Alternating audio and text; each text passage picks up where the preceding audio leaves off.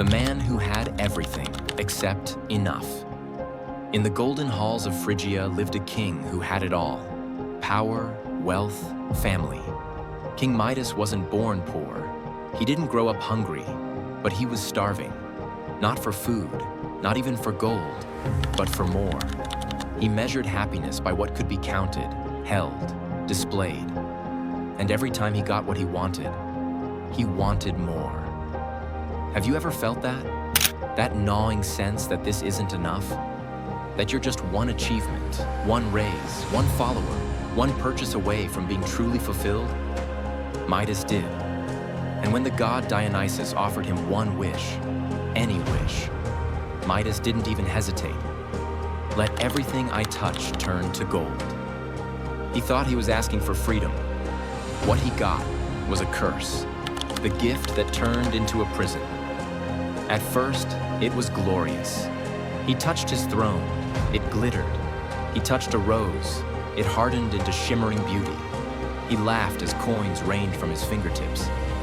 The servants bowed lower. The kingdom whispered in awe. But gold doesn't bend, it doesn't breathe, it doesn't love. Soon he couldn't eat. Every morsel turned to metal. He couldn't drink. Liquid turned solid in his throat. And worst of all, when his daughter ran to embrace him, she became a statue, a masterpiece, a tragedy. In trying to possess the world, he lost the one thing that made it worth living. The hunger that consumes the soul. There's a quiet horror in realizing you've become the architect of your own misery. Midas sat among his riches, starving and broken, surrounded by beauty that could never feel. Isn't that how some of us live today? We chase more likes, more money, more validation, believing it will finally make us feel whole. We touch everything in hopes it will turn golden. Our careers, our bodies, our relationships. But gold can't laugh with you. It can't sit with you when you're lonely. It can't hold your hand in silence. Midas didn't want to be evil. He just wanted enough. But in chasing too much, he forgot what enough even looked like. The mirror of regret. When Midas finally saw his daughter frozen in his arms, mouth parted mid-giggle, eyes wide in fear, his world didn't go silent. It shattered. What good is power when it turns your heartbeat into stone? What's the value of gold when you've lost the warmth of a child's embrace? He cried out to Dionysus, not as a king, but as a father, a man who had finally realized that abundance without love is emptiness with glitter on top. And maybe you've had a moment like that too. You chased the dream, the hustle, the grind, only to realize it cost you the quiet things that made you human. Your joy, your time, your presence. Midas begged, pleaded, and Dionysus, moved by something divine, or perhaps simply pity, gave him a way out. Go to the river Pactolus. Wash away your greed. The river that washed the soul. Imagine that moment.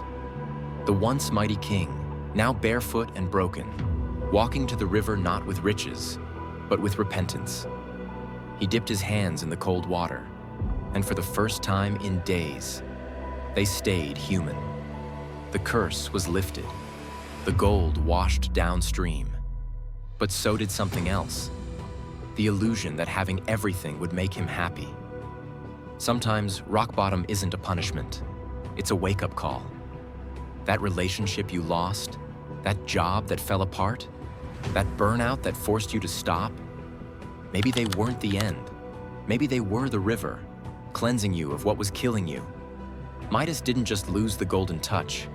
He found something far more precious. Clarity. The return. But not to who.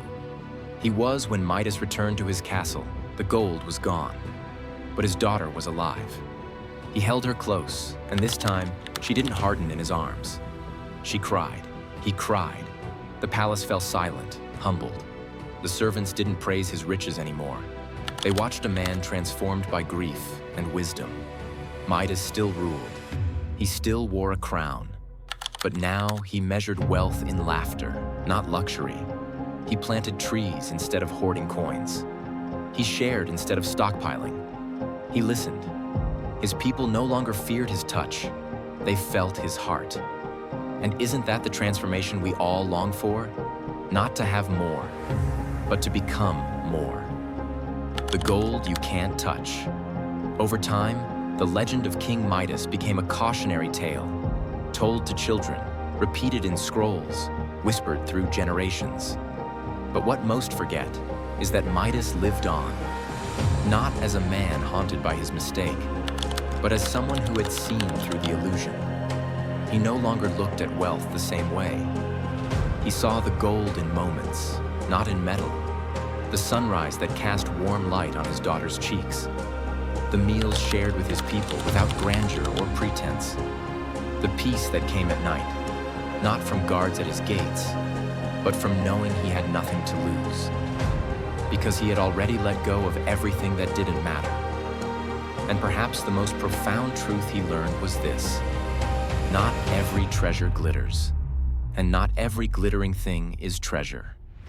You and I live in a world obsessed with the golden touch.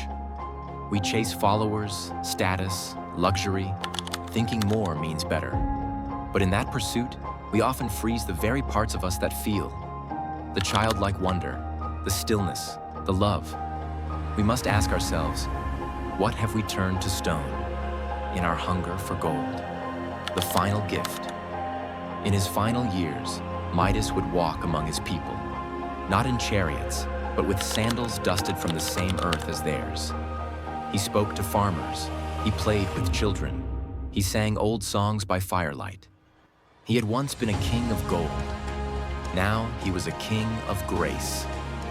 Before his death, he commissioned only one thing to be built: a school, not for royalty, but for wisdom.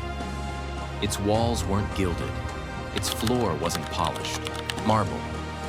But its purpose was clear: to teach future generations the value of enough, to warn them that desire without direction becomes destruction, and to remind them that power without wisdom is a curse, but wisdom born of pain is the greatest treasure of all.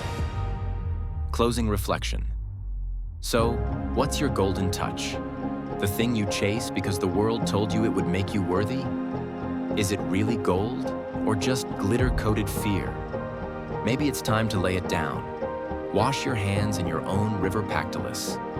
Return, not as who you were, but as who you were always meant to be. Because sometimes, the richest person in the room is the one who no longer needs to prove they're rich.